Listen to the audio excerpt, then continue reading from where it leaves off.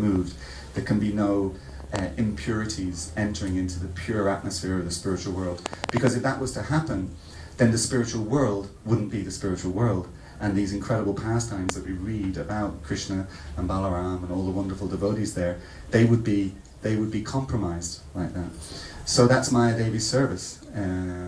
So when we feel that we're being attacked, or when we feel that maybe we're being victimized or singled out by Maya Devi, we should take that as her mercy and as Krishna's mercy, that it's just helping us to go through the purificatory process so that we become qualified to enter into Krishna's eternal pastimes.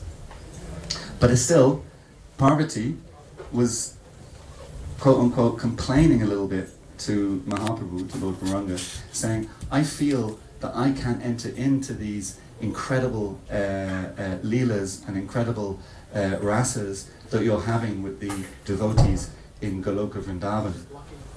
And Lord Gauranga assured her and said, no, no, no, no.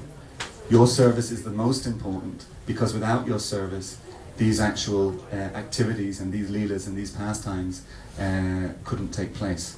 And of course that completely satisfied Parvati, and she was very happy to serve Krishna in that way. So this Krishna Katha, constant, and of course festivals like Janmashtami, that's exactly why we have them. And actually, we can, in Krishna consciousness, it's literally, there's a festival every day. Literally a festival, and something to celebrate every single day. Now, as a general rule, we focus on the main festivals, although as time has gone by in ISKCON, we've expanded that, and the main festivals, and then, you know, the maybe secondary main festivals and whatever like that. So we try to celebrate as many festivals a year as possible.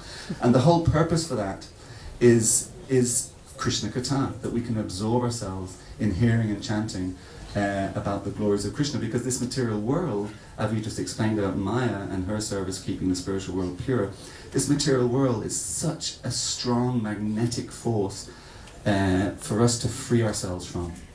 It's a really, really powerful thing for us to be able to actually extricate ourselves from it. It's not easy. It's not actually easy.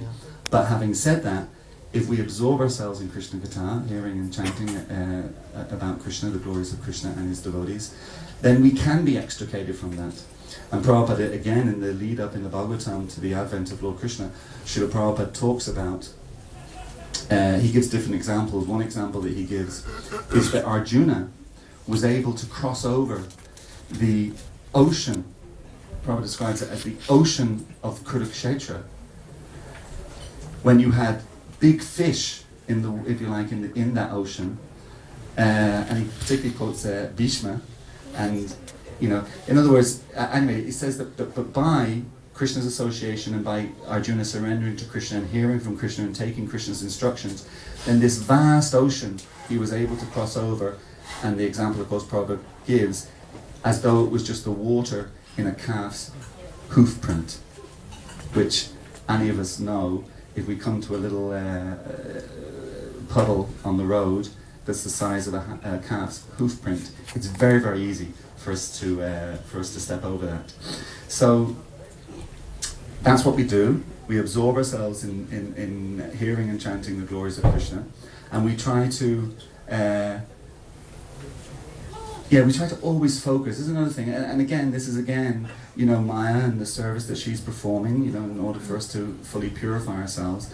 That even sometimes, if things appear not to be how they should be, even if things appear sometimes, externally at least, to be wrong, whatever they may be, I don't really need to give examples, that we should never allow ourselves, our curiosity or our sense of wanting to right some wrong or create some justice or whatever it may be, we should never allow that, however worthy the cause may seem, to distract us from our prime service, which is hearing and chanting about Krishna. So even if something, as is quoted many times by different devotees, even if we perform all our duties in the material world perfectly, but we don't find ourselves at the end of that absorbed in thoughts and service of Krishna, then, you know, that's very much second prize, if not third prize. But even if we don't perform everything perfectly and we get things wrong, whatever, but we do find ourselves absorbed in hearing and chanting about Krishna, then that's first prize. So it's just very important that even sometimes, whatever may happen in our lives, and mistakes and misconceptions and misunderstandings, they take place all the time. Kali Yuga is known as the age of hypocrisy and quarrel. So it's just very normal and natural that those things are going to come up. We should never allow them to take us away from our primary service. I read recently, and I'll just quote this as an example of how weird things can happen in the material world, and we shouldn't become necessarily too bothered or bewildered by them. I don't know if this story is true, but anyway, I read it recently, and it's just kind of interesting.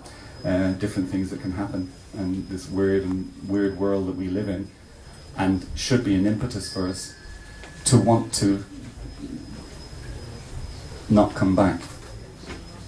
Bhava Roga, the samsara, birth and death, not to want to come back. We have to cultivate that strong desire, no matter what happens in our lives, but we have to cultivate that strong desire and understanding, I cannot be happy where I am.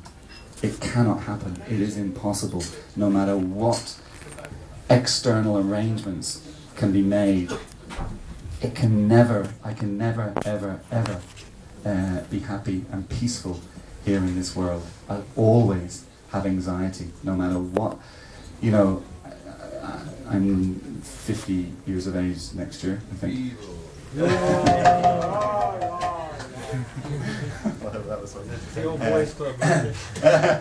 Very good. Janitai Guru said, because Adi Guru was congratulating me on that, he says, oh, that's the old boys club. And every stage of life you go through. And particularly, actually, I was talking a little earlier with somebody about children and having children and bringing them up and all that kind of stuff. And it's quite amazing to watch it.